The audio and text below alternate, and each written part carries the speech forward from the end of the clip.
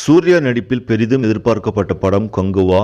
இப்படம் கடந்த வாரம் வெளிவந்தது. சிறுத்தை சிவா இயக்கிய இப்படத்தை ஞானவேல் ராஜா தயாரித்திருந்தார். பிரம்மாண்ட பொருட்செலவில் எடுக்கப்பட்ட இப்படம் வெளிவந்த முதல் நாளில் இருந்தே கலவையான விமர்சனங்களை பெற்று வருகிறது. சிலர் கடுமையான விமர்சனங்களையும் படத்தின் மீது வைத்து வருகிறார்கள்.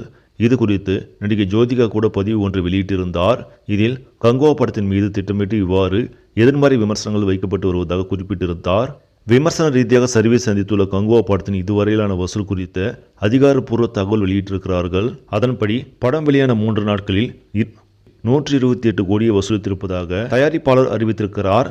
இதற்கிடையே கங்குவா படத்தின் 5ஆம் நாள் வசூல் நிலவரம் வெளியாகியிருக்கிறது.